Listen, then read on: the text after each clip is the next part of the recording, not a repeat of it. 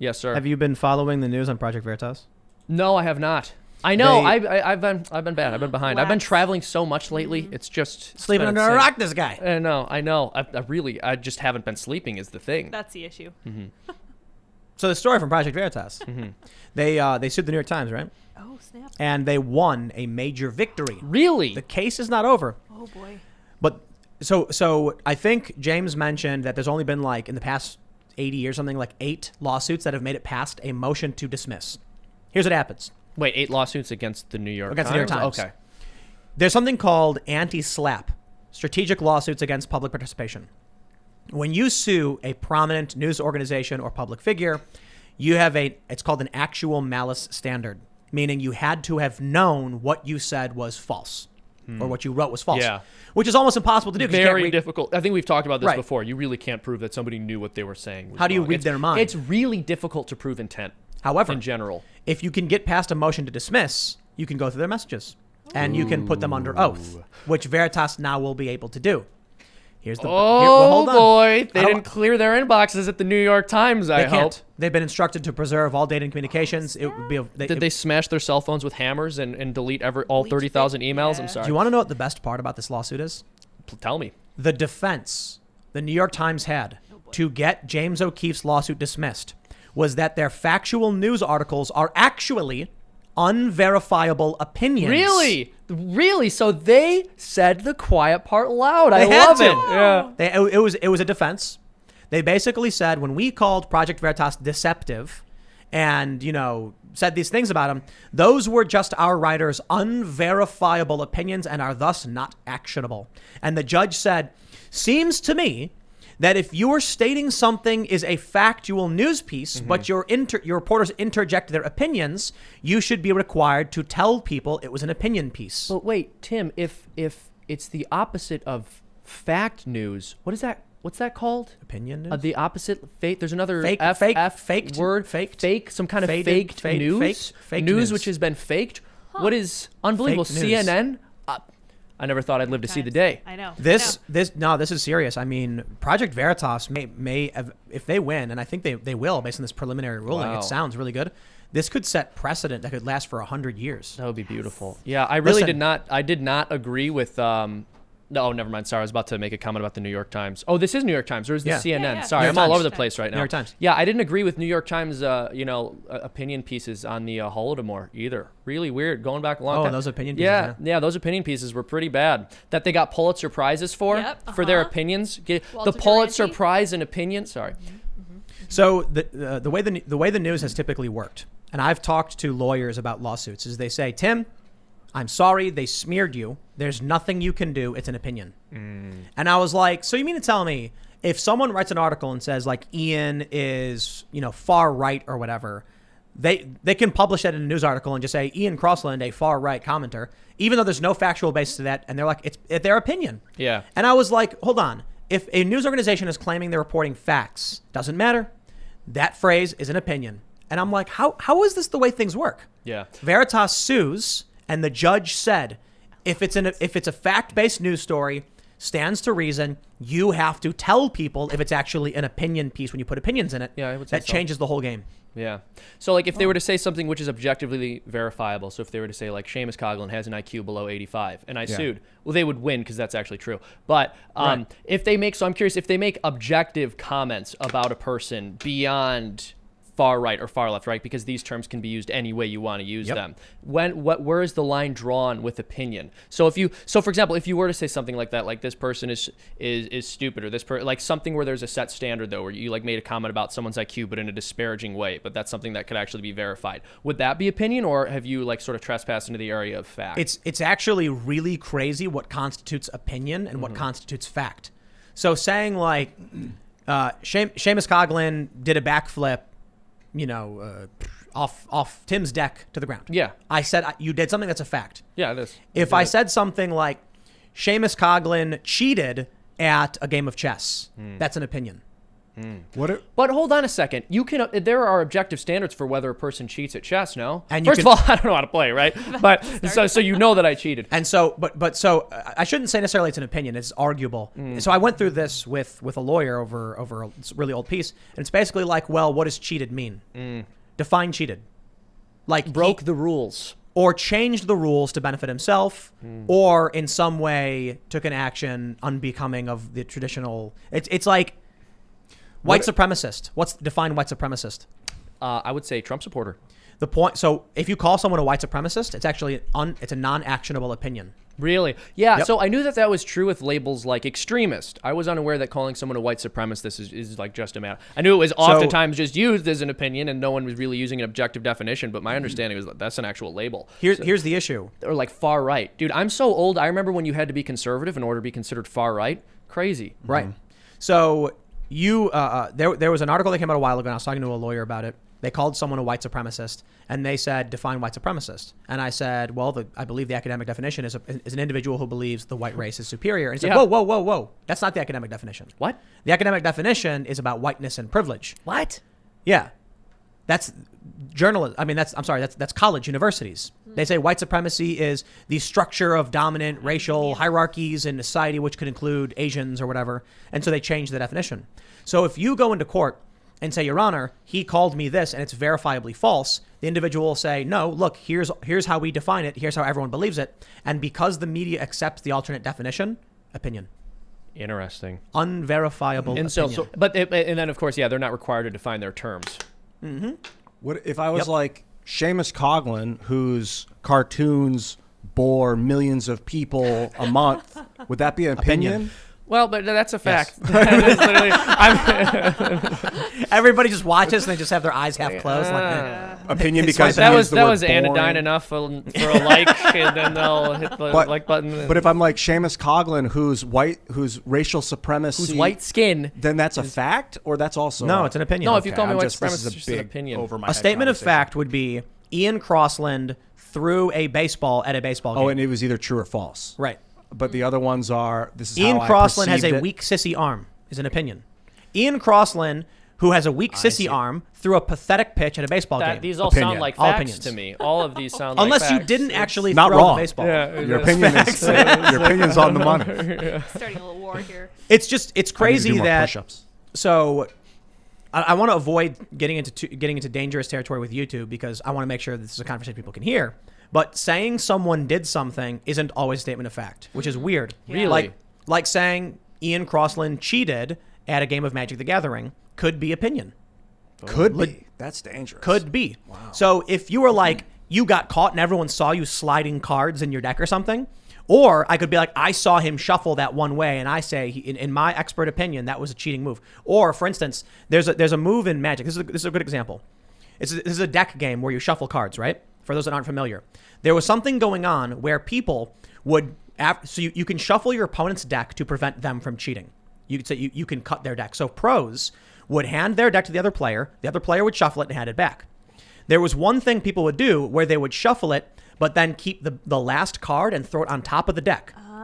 And they would see the bottom card was in fact a not good card. Then the next turn, the player would draw the bad card. And so they said that was cheating. Others argued that's not cheating. You can cut the deck any way you want. Information that's revealed because the card is visible is not cheating. But hold on, but you would Opinion. actually but it would only be opinion if that was what you were referring to as cheating. If you were referring to something as cheating, which is objectively agreed upon by everyone who plays the game as being against the rules, then it would be a statement of fact. No. This is where the problem comes in. That apparently opinion or fact has a lot to do with whether or not large enough amounts of people agree with a certain definition. Interesting. Oh. Right. So if I said. Yeah. You know, like what's something everyone agrees with? If you, a name you could call somebody that meant something objective to every person, which is hard to find. Ian Crossland is a X, and everyone's like, oh, an X is very clearly this thing. Yeah. Then it would be like, well, if he's not, then you made that up. The problem is not everyone agrees on what things are, you which could say, makes it weird. Honey is sweet. And that could be a fact, but not everyone's going to taste sweetness when they taste honey. It is that I think would be a fact. It'd be hard to argue. Yeah. Because the high sugar content. Because and, so you know many what I mean? people. But think experience about people saying things like male and female don't exist. Uh-oh. Right. That's I mean, that is objectively not. That is an anti-factual statement. That is fake That's news. the problem. 10 years But, ago. yeah, Hold but on. of course, I agree that generally it's a matter of consensus. It shouldn't be so. Like, yes, practically speaking, I mean, there are facts, there are moral truths which are objective, but we operate in a culture where many people believe many different things, and so of course, we don't have the sort of same like hegemonic narrative that we might have surrounding gender that we did in a time where things made a little bit more sense with respect to our sexual politics. This is interesting. Think about religion. It's a really good context. Like, how is the Pope defined? Like, in terms of his position? Yeah, he's and the authority. vicar of Christ. So imagine someone who's not religious would say Yeah. that's fake. That's not true. That's not true. That's fake news. So then, how could you prove defamation based on that? But here's where you do get into a matter of fact. So if you were to say, like, if a non-religious person is to say that, like, they don't believe the Pope is, the successor of Peter and Christ's vicar on earth, that's one thing. But then if they were to say, like, Catholics do not teach that the Pope is Christ's vicar. Now you're talking about something that, like, we can. The first, I believe it is a fact that the Pope is Christ's vicar on earth. But if we're getting into something that everyone agrees is factual, you just look at what the church teaches. And if you're saying the church teaches X when it objectively teaches Y, then you are lying. And so this is something that happened. Like, Joe Biden was repeatedly referred to. I've said this before on the show, but he was repeatedly referred to by the media as a practicing Catholic. Despite the fact that he actually does not meet the criteria for what is considered a practicing Catholic based on the definition that the Catholic Church sets, because one of the conditions is you have to give full assent to Catholic teaching, which Joe Biden objectively does not. But in the Right. eyes That's of that's exactly it. That's in perfect the eyes point. of a non-Catholic, he does enough, and they're like, oh, he seems like he's practicing. They don't even know what the word They practicing don't know means. what the word practicing Catholic means exactly, but practicing Catholic. So if they were to say, like, he is a devout person or holy man, well, those are more subjective. But practicing Catholic is a technical term. It's not a subjective label of identity. Now, what if someone said in an article, Ian Crossland, who is objectively, factually the Antichrist, was seen shopping for a new pair of jeans today. Oh, crap, Total my opinion. pants. Yeah, well, yes. It's a faith-based thing. They can't say you're lying. So then here's the question, though. Weird stuff. Are you allowed to throw around words like objectively Yes. if you're acknowledging that you're only speaking an opinion? You are. What? It's the weirdest thing. Like, So if I were to say, like, Ian is objectively a white supremacist, that's just opinion. yes, because define white supremacist. I told you, Trump voter. If you have a critical race theory definition Yeah. of white supremacist, then yes, Ian is. New facts Well, then, of course, emerge showing yeah. that I think Tim's a big jerk. Yeah. Well, That's an opinion. and of course, the trade-off that they have to come to terms with, but won't, is that when words become so subjectively defined, they no longer carry the same weight. So for years and years and years, the word racist was thrown around like it was nothing. And then probably around the time the 2016 election came around, and this is not an original observation, other people have said this, they realized that the word racist just wasn't cutting it anymore. So you'll notice, like, it was right around 2017 when they started calling everyone white supremacist instead, because it's a much more objective sounding term than racist. And also it's one that can only apply to white people or people who are in favor of this structure of whiteness or whatever you would call it. And now that seems to have lost all meaning. So I think the next term they've sort of moved towards is incitement to violence. Right. Like, if you agree with what Trump said or did, or you promote his movement, that is incitement towards violence. And that's something they've sort of been doing for a long time. Critical theorists have done this. Oh, if you disagree with trans ideology, then you are inciting violence against trans people because hate crimes occur against them. And that's the result of the fact that you're creating a culture of hatred, etc. But it's so easy to make that argument for any group of people. For example, I could say, well, veterans have a very high suicide rate. So, criticizing U.S. foreign policy probably makes a lot of them feel horrible about their experience overseas. So you're contributing to their suicide rate. You can play these same games with any group you want. So imagine a journalist emails you. And they're like, hey, Seamus, we want to just get some comments from you real quick about the story we're working on. Delete is what I do. Just a real quick question. How would you be in favor of, say, people pooling their resources to try and improve technology towards newer, cooler energy tech like fusion? Or Seamus fission? supports the Green New Deal. And then they would write, hold on. You're like, oh, that sounds good. Then they would write, Seamus Coughlin, a proponent of the Green New Deal, and you would say, that's not true. I never supported that. They'd be like, we asked him in email if he was in favor of supporting green new technology. He said yes. Mm-hmm. So we called him a proponent of the Green New Deal. Which, to be fair, that is the one left-wing policy I do support. The green. We can't afford not to have a Green New Deal right now. Right. It's insane. Now here's the best part. Because you just said that, you can never sue someone who claims you're a proponent of the Green New Deal. Even though I'm just hashtag JKing? Doesn't matter. Really? Yeah, so that because does not hold up in a court of law? jokes I'm are... a proponent. if someone... This is a new dude. This is a new meme. If somebody wrote, Seamus Coughlin of Freedom Tunes, who is a proponent of the Green New Deal, said today that blah, blah, blah. If you sued, they would show that clip where you said, it's the one thing I actually agree on. And the judge is going to be like, I think a reasonable person can conclude you were joking, but you can't hold them responsible for not understanding. You can't expect the media to be reasonable people, so we're going to let them off the hook here. There's a possibility that they'll say a reasonable person would have understood the joke and thus they shouldn't have. But I think actually a reasonable judge would say, you can't just assume someone understands your intent. That's hilarious. If you say something and someone takes it literally... So everything everyone has ever joked about really could just be literal. Oh, yeah. Wow. And the issue then becomes cultural enforcement as to whether or not you hold institutions credible based on what they say. So the question, like, what if I'm playing a character in a movie? Does Jeff Goldblum actually believe life will find a way? So the issue then goes to the actual malice standard. If there's a clip of you and you say something like, the Green New Deal is the best, I absolutely am in favor of this, and it turned out to be Tim, now you can say it about you too. Oh, of course, but I like the real Green New Deal, not the AOC Green New Deal, which is a cult manifesto. So I actually do like the idea of infrastructure investment and new technologies. I don't like AOC's version, which is some kind of weird cult manifesto about equity in healthcare and paying people who don't want to work. That's garbage nonsense. But before the Green New Deal, now we're getting to the Green New Deal. Well, she's the boss, dude. She's the boss. The point you is, come up with listen, your own plan, and until then, listen. If someone writes a story about you saying you support the Green New Deal, and they see a clip from a movie of you saying it, you can't prove actual malice. Because they'll say, look, I realize after the fact he doesn't, but at the time, I genuinely thought it was true based on what I saw. What if you kill someone in a movie and they say a known murderer? We're actually not that far from that happening, though, is the problem. What about actual malice standard? Oh, come on. You have to Something's prove wrong. they knew that. I know. So they could have just gotten the clip. So I'm sure there are some lawyers who might have listen, this is mostly just based off my experience. I'm not a lawyer. My understanding is the challenge is proving actual malice, meaning if Ian says Seamus did something, Seamus has to prove Ian knew beforehand what he was saying was false. If someone says, here's the clip we saw of Seamus shooting a rocket launcher into a building full of nuns, then people would be like, well, a reasonable person might conclude that didn't happen. Well, hold on. But can we now say Tim Pool, who falsely accused Seamus of shooting a rocket launcher into a group of nuns, who earlier supported this week, known he false calls information. himself a journalist and he spread this fake news. So what about Ed Norton? Can we say that he is a white supremacist? Well, you can call anyone a white supremacist, I guess, but could you call him a neo-Nazi? Is neo-Nazi an actual defined term? Opinion. Neo-Nazi. It's opinion. What if you say like curb stomped somebody, killed them because he did it in a movie? I think he you chose to portray a known Nazi. Or what if you don't? What do you have to say? Sorry, Chose to portray? How do you prove malice? Listen. Here's what it ultimately comes down to: whether or not the judge thinks you're being reasonable or absurd. The problem is with Times v. Sullivan, you have an actual malice standard, which means knowing that what you're saying is false. That's a really hard thing to prove. Yes, extremely difficult. So the New York Times fought Project Veritas in a ridiculous way, saying our fact-based news, it was actually unverifiable opinion and thus is not actionable. And the judge was like, yo, this is not an opinion section. So what you're saying is taken as fact by most people. It doesn't matter. This is the importance of the Veritas ruling. They're basically saying your opinions are purported as facts because the New York Times. Therefore, you lose the protections of of the opinion standard.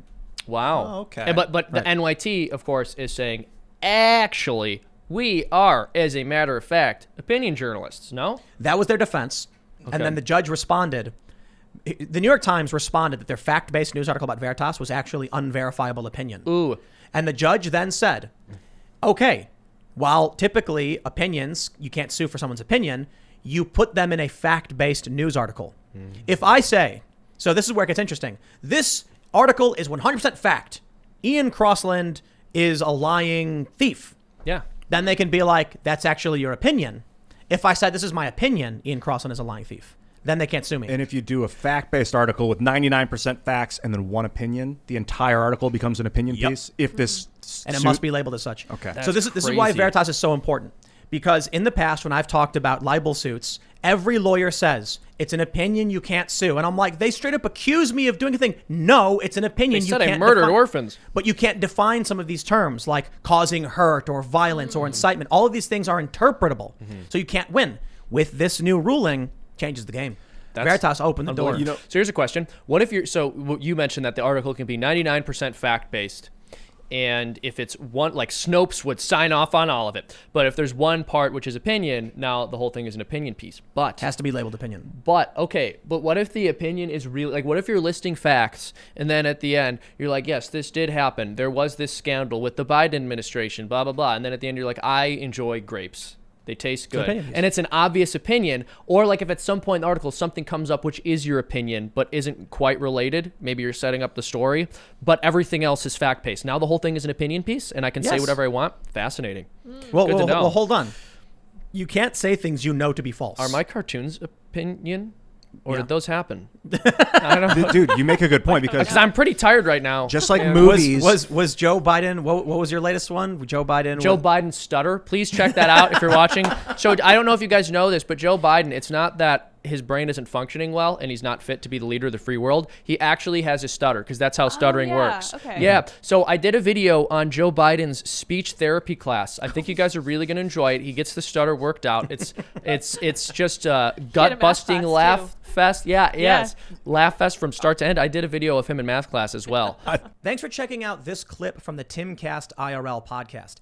If you want to see the full show, come back to this channel, youtube.com/TimcastIRL, Monday through Friday at 8 p.m., where you can leave comments and super chat, and we actually will read your comments on the show.